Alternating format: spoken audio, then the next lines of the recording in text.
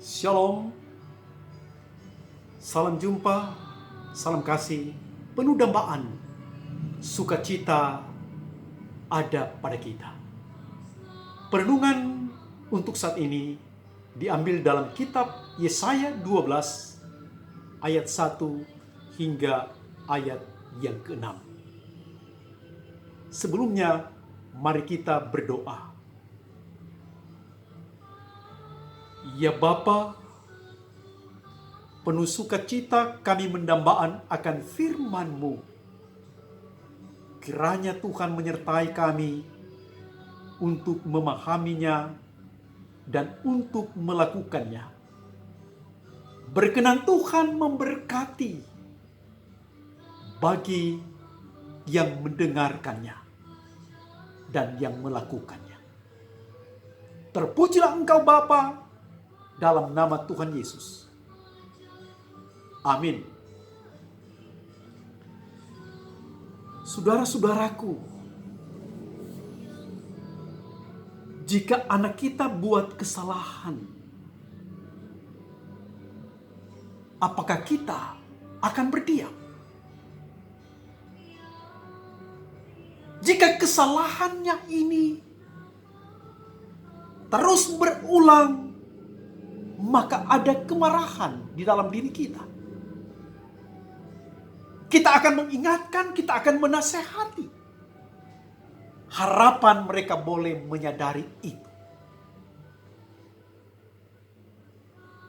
Dan sekiranya mereka pun juga tetap tidak mendengarkannya, ada langkah yang kita buat, memberikan hukuman yang pantas, yang layak, yang tepat untuk mereka.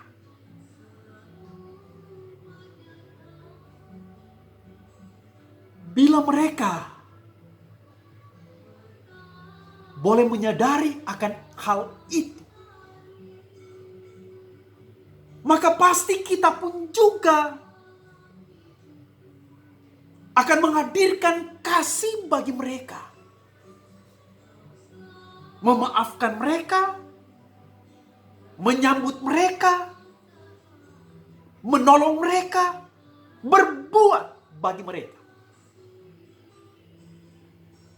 Gambaran ini juga yang tercermin dalam hubungan antara Tuhan dengan umatnya.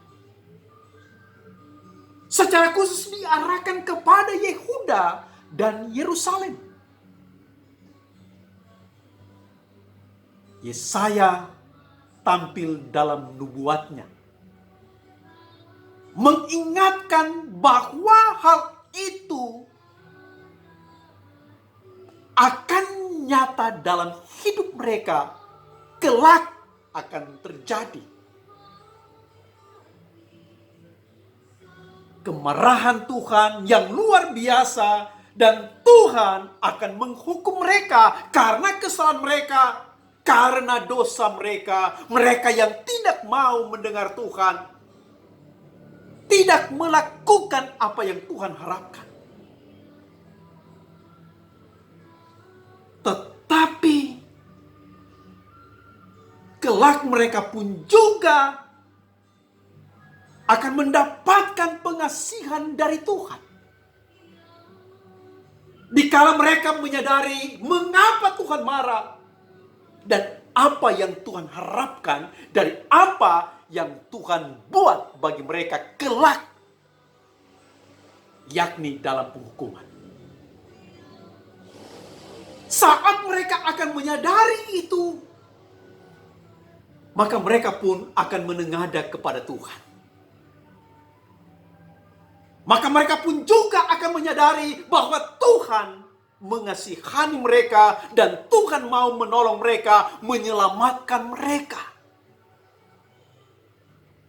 Makanya Yesaya pun berucap, pada waktu itu, waktu yang ditentukan Tuhan, yang diperkenankan Tuhan, ada ungkapan dari umat itu sendiri. Aku mau bersyukur. Walau engkau murka, tetapi murkamu telah surut. Murka Tuhan surut dikala umat menyadari itu. Dikala umat datang kepadanya. Dan memang itulah yang Tuhan buat.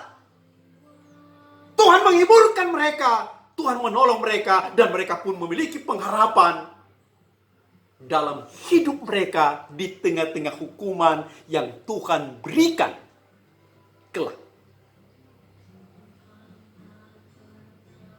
Dari yang Tuhan buat, dari apa yang mereka lakukan, akan ada satu iringan ungkapan. Allah itu keselamatanku. Dan dikala memandang Allah itu keselamatanku, dan diikuti dengan tindakan, inilah aku yang percaya,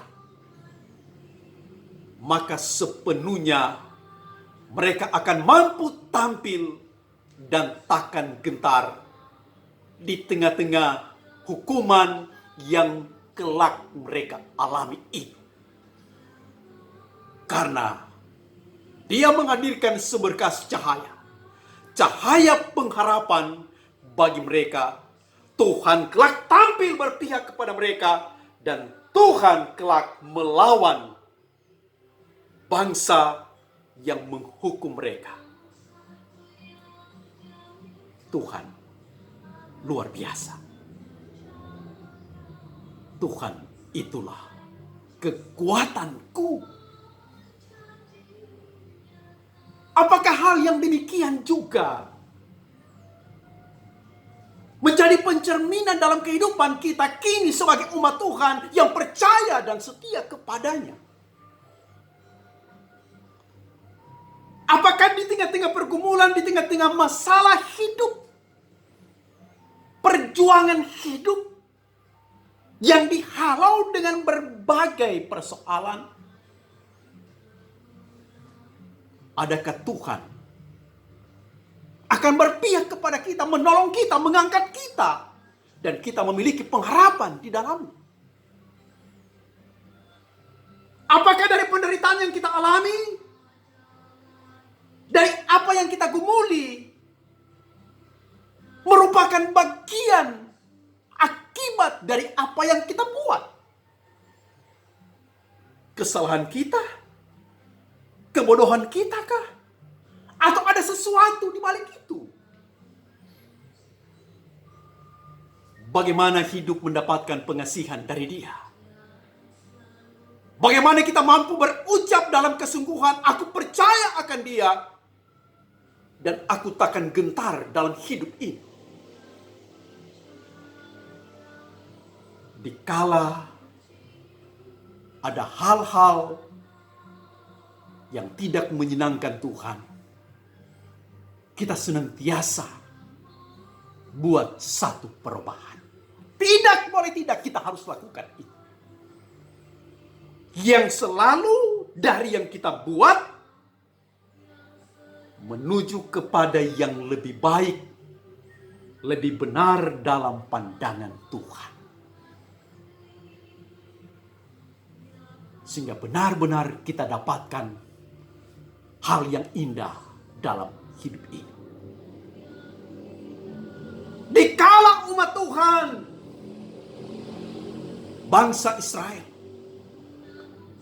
mampu lakukan dari apa yang mereka ungkapkan kelak nanti, Allah itu keselamatanku, aku percaya dan takkan gentar, Dia adalah kekuatanku. Maka Allah berkarya, Allah berbuat bagi mereka, dan yang mereka dapatkan adalah hal yang luar biasa. Mereka akan menimba air dari mata air keselamatan. Dan mereka menimba itu dengan kegirangan. kegersangan hati, kekeringan pengharapan. Saat air keselamatan itu datang, maka segarlah dia. Senanglah dia. Tuhan akan menyatakan itu kepada mereka. Dan kenyataannya juga memang demikian halnya. Bukankah juga dalam pengalaman hidup kita, dikala kita berserah kepada Tuhan, berharap kepada Tuhan, dan terus tetap setia kepada Tuhan, tetap kita menimba air dari mata air keselamatan yang dari Tuhan, yang memberikan kesegaran hati kita, pikiran kita, tubuh kita. Penyejukan datang dan membawa sukacita kita miliki. Kita diajak untuk tetap hidup di dalam Tuhan, untuk menikmati serangkaian kasih setia Tuhan. Kasih setia Tuhan akan dihadirkan bagi kita di tengah-tengah masalah, persoalan dunia kini, bangsa kita, daerah kita, pandemi COVID-19. Tuhan sanggup berbuat. Apakah kita pun juga, apakah bangsa kita, apakah dunia ini akan tetap terus berjuang, berbuat yang terbaik. Manakala mengandalkan ini kekuatanku, ini kehebatanku, ini kemampuanku yang luar biasa, maka di sana terkadang tertutuplah pemikiran yang pas, yang tepat. Hikmat itu teramat penting dan itu harus kita miliki. Sebab di balik persoalan COVID-19 ada banyak masalah yang hadir dan akan berbarengan ikut serta beriring jalannya waktu. Jikala kita tak mampu berjuang dan terus berjuang dalam kebersamaan, jangan ada celah, tampillah ini kita yang berjuang dan Tuhan takkan pernah membiarkan kita. Pertolongannya sungguh luar biasa untuk kita. Sebagaimana pengalaman bangsa Israel, pertolongan Tuhan sungguh luar biasa. Dikala mereka menyadari dan datang kepada Tuhan, hidup di dalam Tuhan. Dari yang mereka alami, dari yang dibuat oleh Tuhan, sebagai tindak lanjut mereka yang kembali kepada Tuhan dan hidup di dalam Tuhan, maka ada satu seruan kesaksian, satu berita yang menyapa kaum insani, kepunyaan Tuhan dan penuh dambaan. Dikatakan dunia ini harus tahu akan karya Allah, akan perbuatan besar Allah, akan perbuatan-perbuatan ajaib dari Dia, dan pengalaman yang dimiliki oleh bangsa Israel menjadi satu bukti yang nyata. Karena itu ada sorakan untuk senantiasa itu hadir bagi para insan. Bersyukurlah selalu kepada Tuhan. Panggillah akan namanya dan beritahukanlah perbuatan-perbuatan dari Dia. Bersyukur kepada Tuhan dalam segala hal. Dari apa yang kita alami, dari apa yang kita gumuli. Dikala hidup yang bersyukur kepada Tuhan berarti hidup yang tetap berserah kepada Tuhan, tetap mengagungkan Tuhan, tetap memuliakan Dia, tetap percaya akan pertolongannya, akan kasih setianya. Bersyukur tak hanya sebatas ini mulut yang berucap pujian, tetapi inilah hidupku yang mencerminkan gaya cara hidup yang bersyukur. Hidup yang menyenangkan Tuhan, Yang menyenangkan Tuhan berarti mampu berbuat yang terbaik untuk diri kita, untuk keluarga kita, untuk orang lain. Dan sukacita itu ada di dalam kehidupan ini. Berserulah, bersorak-sorailah, bermasmurlah. Sebab Dia Allah yang Maha Kudus.